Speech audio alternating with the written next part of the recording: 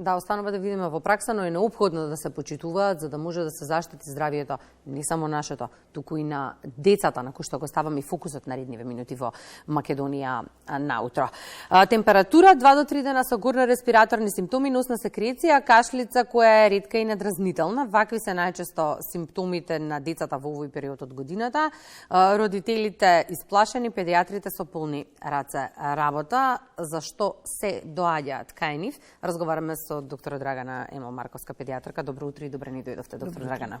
Ќе започнеме со темата за која што пред малку информираше колегата Благојче. Отворивме пред малку апликацијата и ова утро Скопје е со висока концентрација на PM10,2,5 честички во воздухот.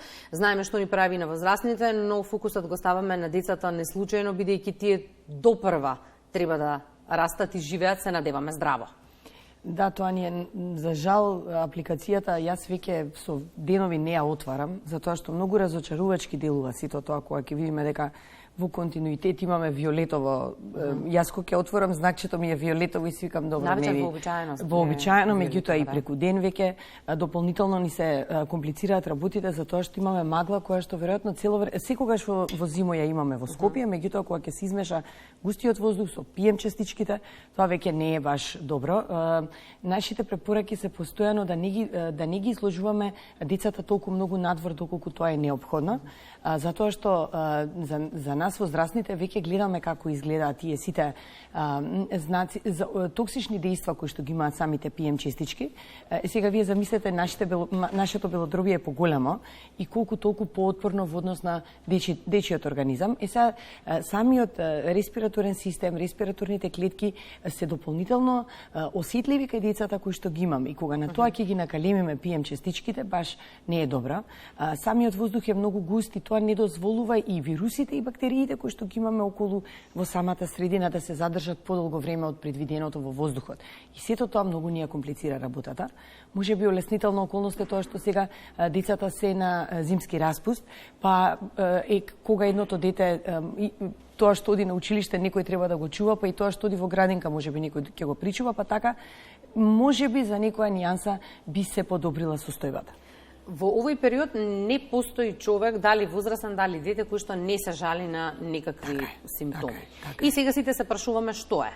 Грип, ковид, обична настинка, последица од ова што го дишаме? Па мислам дека е комбинирано. Кај делот, прво токсичните материи влијат општо на расположението, на транспортот на кислород, на количеството на кислород кој што ние го имаме во организмот, самата главоболка која што имаат и кај децата, се повеќе и повеќе доаѓаат деца со симптоматологија на главоболка.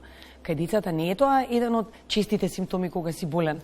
Може би и е, меѓутоа тие до сега тоа не го кажувале како симптом, еден од главните симптоми кои што ги има. Децата кои што се на школска возраст, скоро сите доаѓаат и викаат не боли глава. Имаме проблем со поспаност на децата. Сето тоа мислам дека е повеќе од токсичното влијание кој што го има аерозагадувањето во моментов, а не толку од настинките.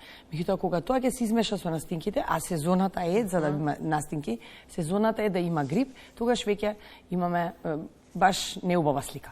Ајде да видиме како помине науките во Институтот за белодробни заболувања кај децата Козле. Таму Симона не очекува со најновите информации. Наукната смена на педиатрите Симона заврши. Како помине истата, колку прегледи имале во текот на науките? Да, токму така, Кристина, се наоѓаме пред детската клиника Козле, односно клиниката за респираторни заболувања, така што благодарение на дежурната екипа која ноќаска се грижеше за сите разболени дечиња, односно одговори добив од доктор Ана Тасева Рајковиќ, така што ни ова претходна вечер ситуацијата не е сјајна, односно има навистина голем број на деца кои што се хоспитализирани, а со податоците од нејзиниот одговор дознаваме дека во последните неколку дена капацитетите, односно болничките кревети се целосно исполнети. Така што ќе го прочитам нејзиниот одговор и уште сега ќе се заблагодарам што и покрај полни раце работа во текот на ноќта успеа да ни одговори и да ни даде точни информации токму за македонската телевизија и за утринската програма, така што во последните неколку дена во клиниката бројот на прегледи расте, а бројот на прегледани пациенти за 24 часа достигнува до околу 200 пациенти. Болничкиот капацитет е речиси комплетно исполнет. Доктор Ана сподели дека доминираат респираторни инфекции, најчесто од вирусна етиологија, кои што се манифестираат со покачена температура, која се одржува и по неколку дена, носна секреција и кашлица.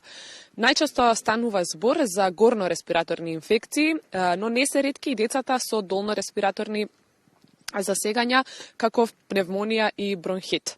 Така што според нејзините податоци, токму овие деца се најбројни меѓу хоспитализираните пациенти. Советот кој што докторите го даваат, и како што претходно разговаравте и вие во студио, е да се избегнува дружењето со други дечиња кои што можеби се болни, тоа е во градинките и училиштата. Можеби сега е олеснително што училиштата се на зимски распуст, па овие неколку недели ќе ги искористат децата за да може да закрепнат. Секако наредниот совет е често миење раце, како и да се избегнува што е можно повеќе излегување и изложување надвор на овој воздух, како што гледате и после час од првото вклучување, се уште и пред клиниката има навистина големо количество на смок и на магла, воздухот е навистина загаден, така што препораката и на доктор Ана, како и на сите останати, е што е можно повеќе да се избегне Скопје, но не е само Скопје проблемот, туку воопшто цела Македонија, така што нејзината препорака е исто така зимскиот распуст да се искористи за да се поминат неколку дена на планина и да се дише чист воздух колку што е можно повеќе.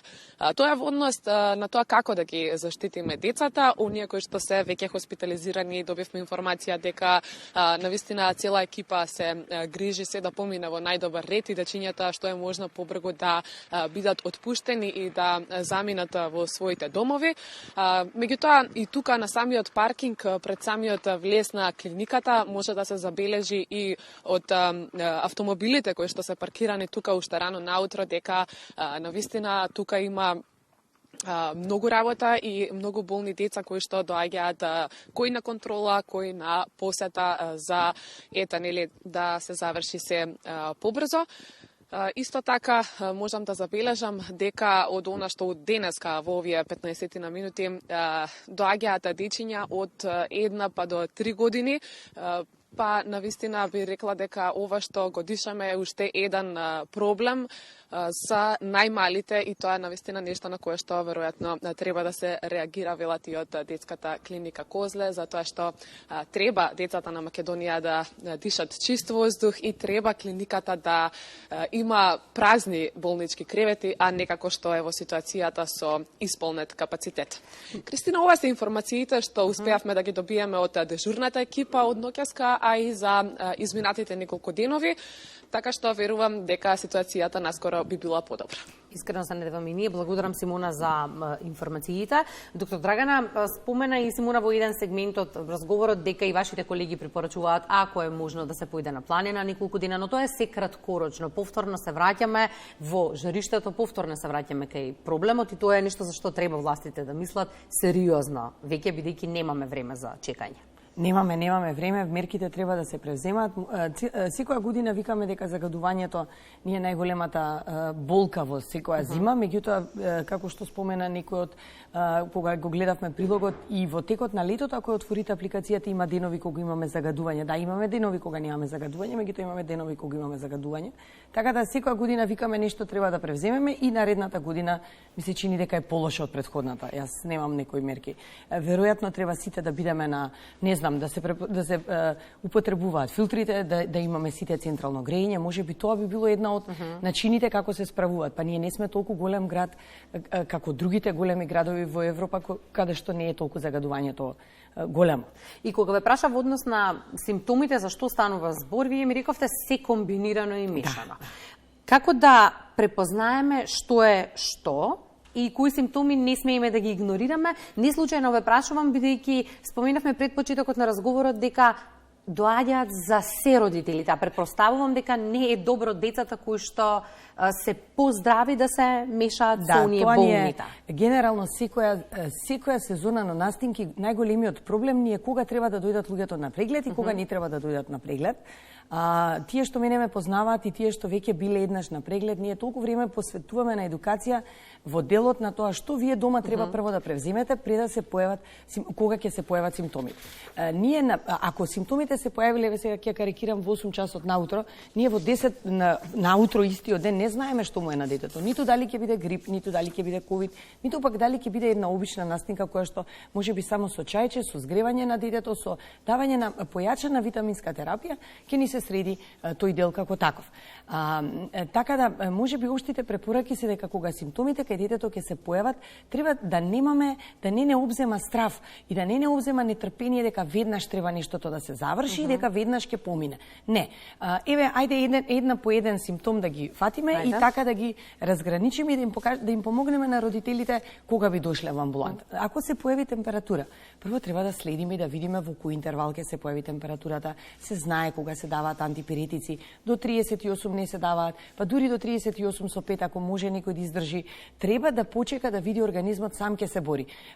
Треба да му дадеме шанса на организмот. Ние малку ќе го поттикнеме кога ќе забележите дека детето ви е нерасположено, дека му тече носот, дека исчистете му го носето, појачете му малце витамин С, дајте му малце повеќе течности, ако е станува збор за доенче и цица, тогаш треба поизразито цицање да има. Така да тоа е она што ние можеби треба да го направиме. После тоа, ако му тече секреција од носот, само чистиме, ставаме деконгестивни капки доколку има потреба и го следиме детето. Најдобро е прво 24 часа да седиме дома и да видиме што се случува. Сега не по секоја цена седиме дома 24 часа ако ништо не е добро. Ако имаме кашлица која што сега е со интензитет 1, еве сега да го крстиме така, и меѓутоа се повеќе и повеќе во текот на денот се зголемува. И покрај тоа што ние сме го исчистиле носот, сме му дале чајче или супа или некој друг напиток, сте го инхалирале ако имате инхалатор само со обични солен раствор, физиолошки раствор, колку малку да може да се исчисти. Ако тоа се може да се направи и се намали кашлицата, почекајте дома. Ако се зголемува, тогаш веќе треба да се посети лекар.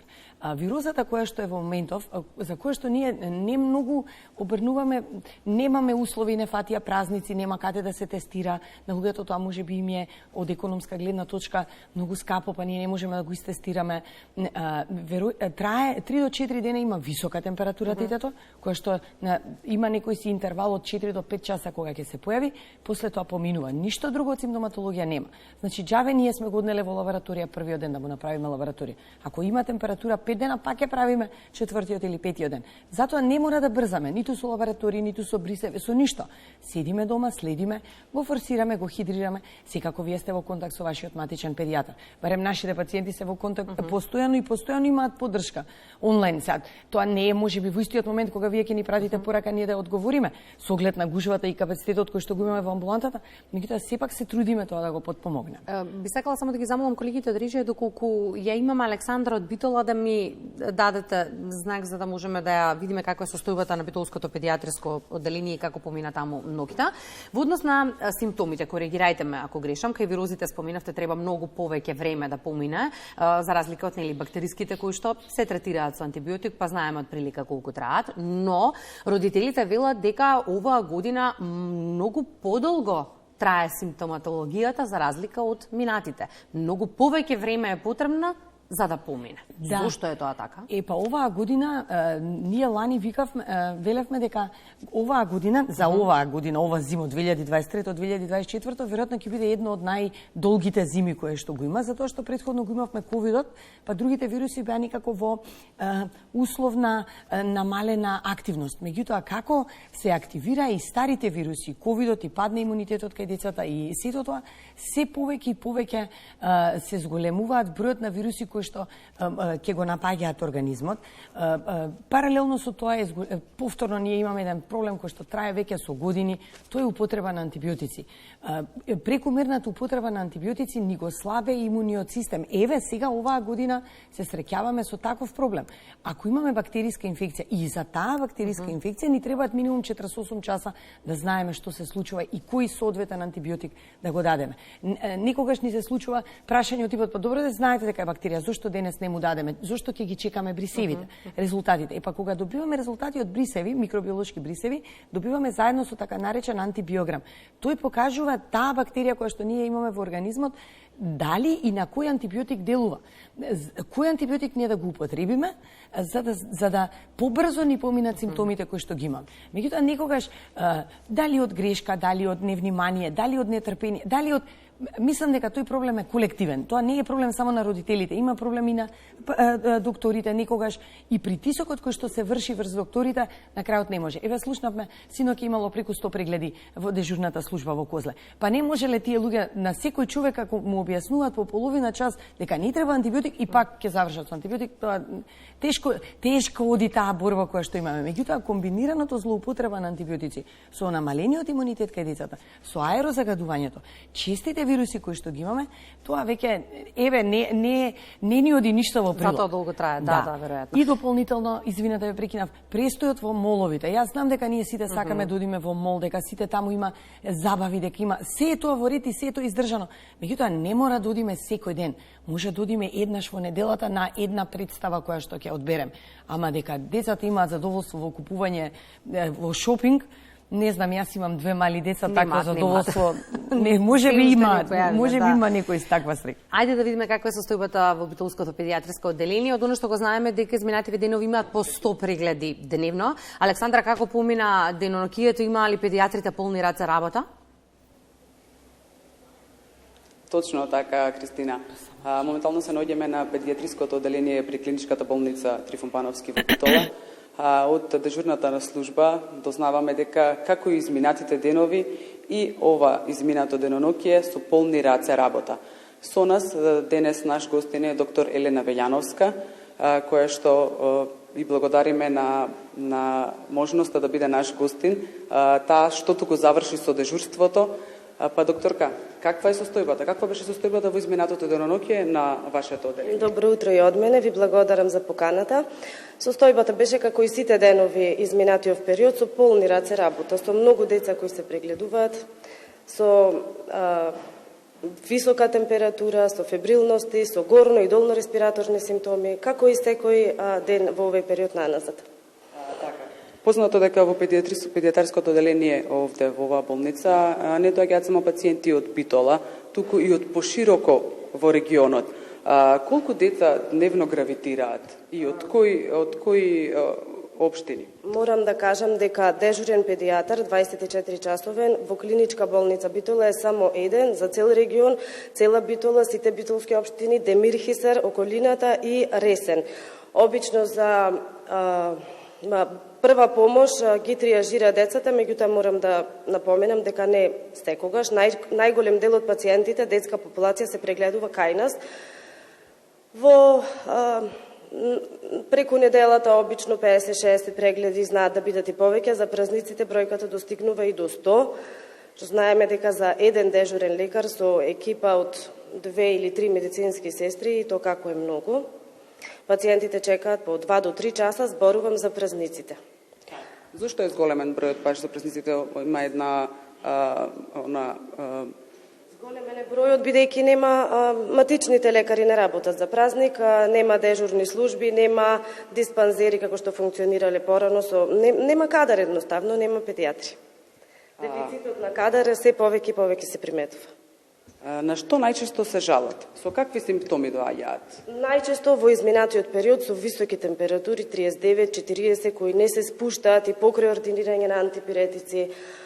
На секои 2 до 3 часа имаат потреба родителите да даваат антипиретик. Советуваме да не се претерува и со потребата на антипиретици, бидејќи самиот организам знае малку да се избори со таа сама при температура организмот да се избори од инфектот. Меѓутоа нетрпеливоста и ние како обично родителите знаат да бидат нетрпеливи, малку и да се претера, а советуваме да се остави малку и организмот сам да се избори. Високи температури, горно респираторни, долно респираторни, пневмони, поретки се сега стомачните вируси. Доминира овој период инфлуенцата. Предходно имавме многу работа со новороденчиња и доенчиња со респираторен синциелен вирус. На него наистина доврзува инфлуенцата. Имаше многу пациенти од варичела изминатиот период и други вируси, аденовируси, риновируси, разна патологија, во главном вирусна за овој период. Каква е клиничката слика кај повеќето од децата? Како оди лекување? Децата имаат полесна клиничка слика. Лекувањето оди со симптоматска терапија, доколку сме сигурни дека се работи за вирусна етиологија, не е потребно да се ординира антибиотик. Често пати родителите прибегнуваат кон употреба на антибиотици или знаат да се налутат доколку не им биде препишан антибиотик.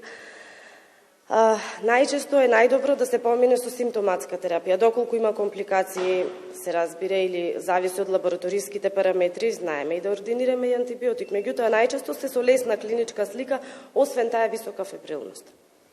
Така. Дали најчесто децата се лекуваат домашно, меѓутоа колку моментално имате дечиња на болничко лекување и колку има од нив во дневна амбуланта? Најчесто се лекуваат амбулантски, голем дел од пациентите.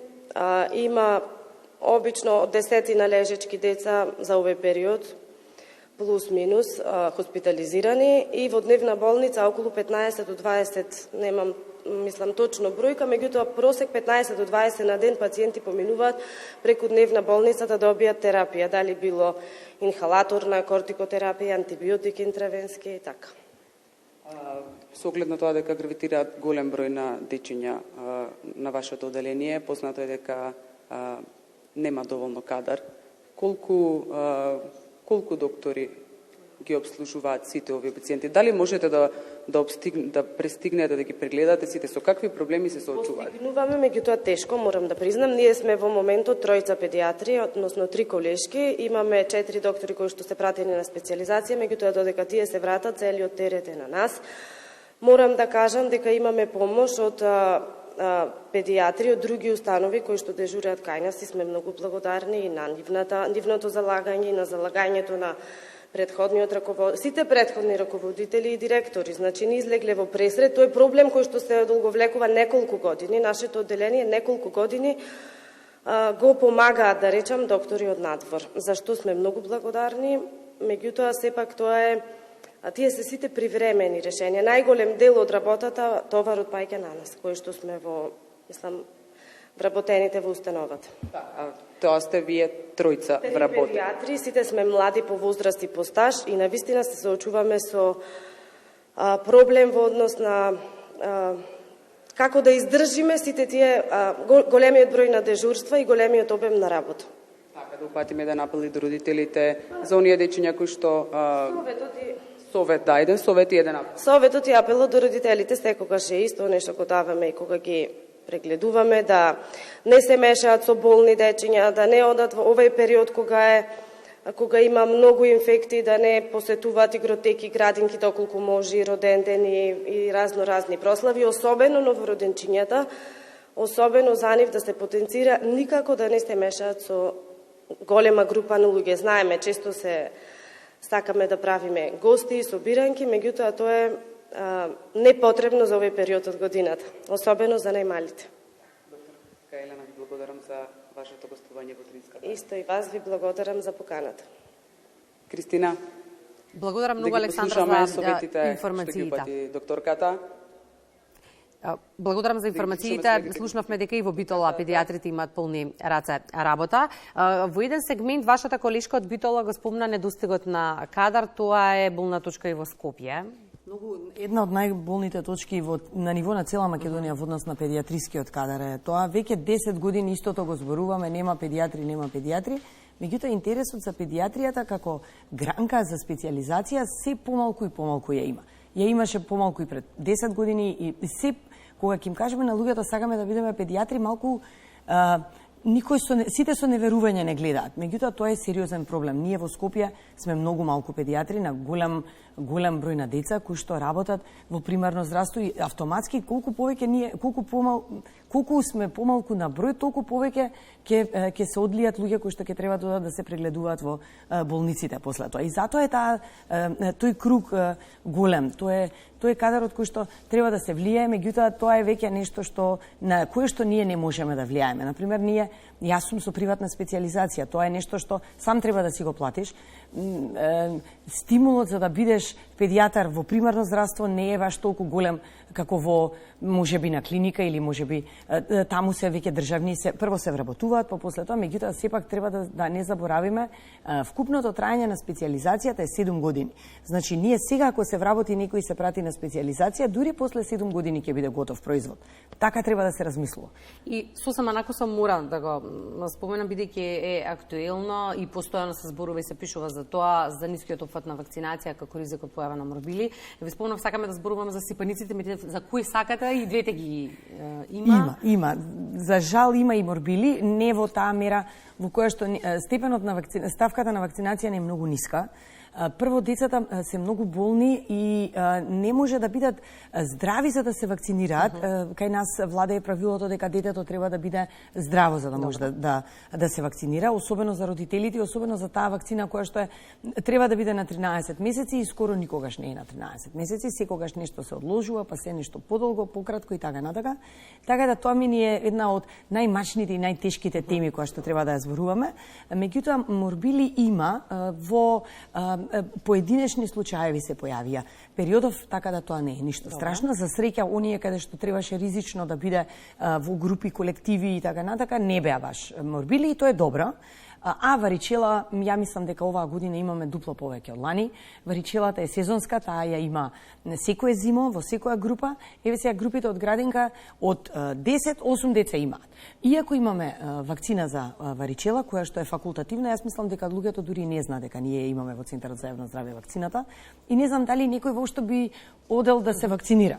Тоа е веќе дали треба или не треба е многу. Тоа сакам да прашам, препорачливо ли е? Да, во светот, мислам во светот е многу препорачливо, дури и за луѓе кои што па и деца може да се вакцинираат со тоа што се смета дека и да добијат, ќе добијат многу лесна форма. Јас мислам дека еве ајде ќе ги оставиме децата, имаат многу други вакцини кои што треба да се примаат. Меѓутоа луѓе кои што немаат прилежано варичела, не е лошо да се вакцинираат со варичела, па нема да имаат страв дали заедно со децата ќе прележуваат. Имаме еден куп такви фамилии, се зезаме. Тоа ни е фамилиарен карантин се отвара во тој период и тоа така тече. Имам уште многу прашања, но ќе оставиме за друго гостување во Македонија наутро. Благодарам многу за денешно.